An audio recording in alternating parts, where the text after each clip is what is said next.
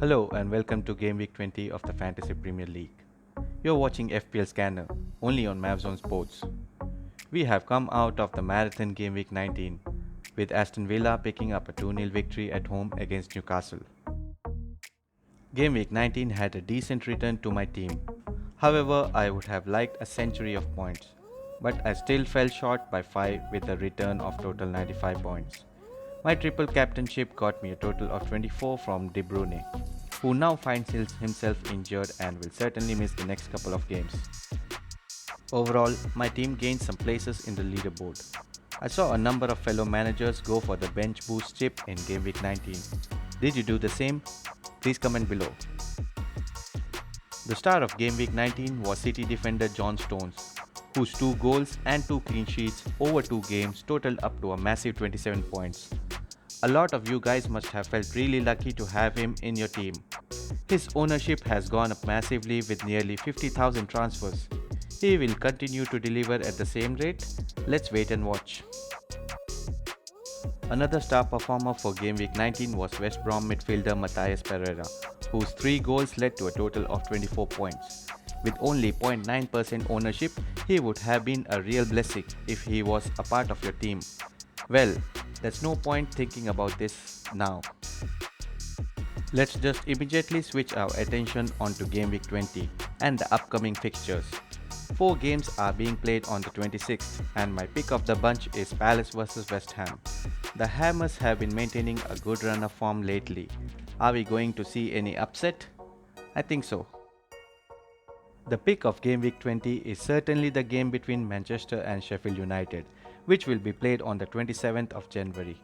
I wish I could have a full quota of United players in my lineup, but I have to manage with what I have got.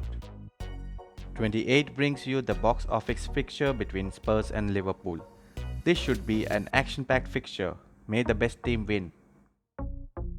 Overall, I feel that Game Week 20 is going to be a pretty average one, where we will see low-scoring ties and stalemates.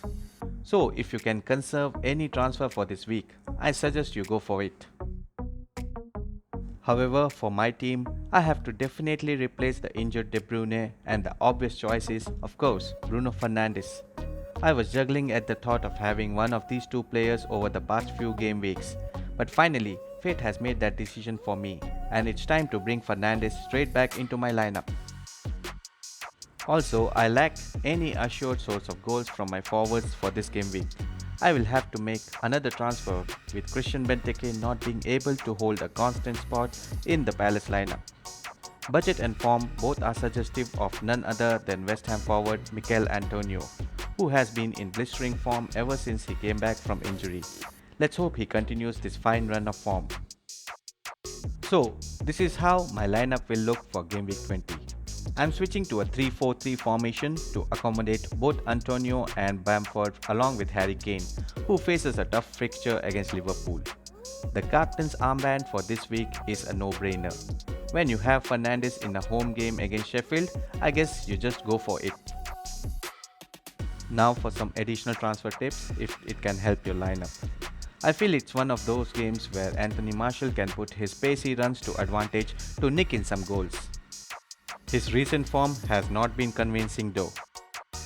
Or else, you can have a look at United's backline for some high points return. Take the pick of Shaw, Lindelof, Maguire or Wan-Bissaka. I would say it should be either Maguire or Wan-Bissaka to get the nod. West Ham forward Mikel Antonio's current form is something that should not be missed. His ownership is steadily increasing. That means he is going to cost you more in the coming game weeks. That's the main reason why I took 4 points hit to have him in my lineup. Man City's Ilkay Gundogan has been scoring goals silently and picking up points as well in the last few game weeks. His price tag of 5.5 should be the most attractive factor, one that makes him a manager's favorite for this game week.